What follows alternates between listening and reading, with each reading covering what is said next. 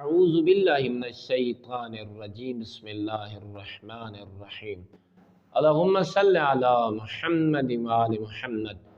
مومنین مسلمین، رسول اعظم صلی اللہ علیہ وآلہ وسلم کے بعد اللہ کی بھری کائنات میں وہ کون ہستی ہے جو تمام انسانیت سے، تمام انسانوں سے افضل ہے؟ اللہ نے جسے رسول اعظم کے علم کا وارث قرار دیا، ان کی مسند کا وارث قرار دیا، حتیٰ کہ پیغمبر نے یہ جملے کہہ دیے کہ قرآن اس ہستی کے ساتھ ہے اور وہ ہستی قرآن کے ساتھ ہے، اور یہاں تک کہہ دیا یاد رکھنا میری امت کے لوگوں، حق اس کے ساتھ ہے اور وہ ہستی حق کے ساتھ ہے۔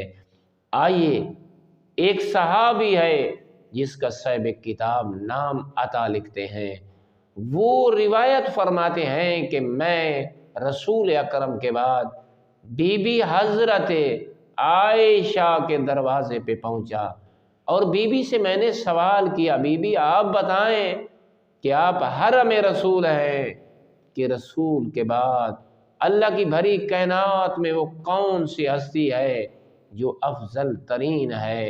تو بی بی نے فرمایا ان علی ابن ابی طالب علیہ السلام۔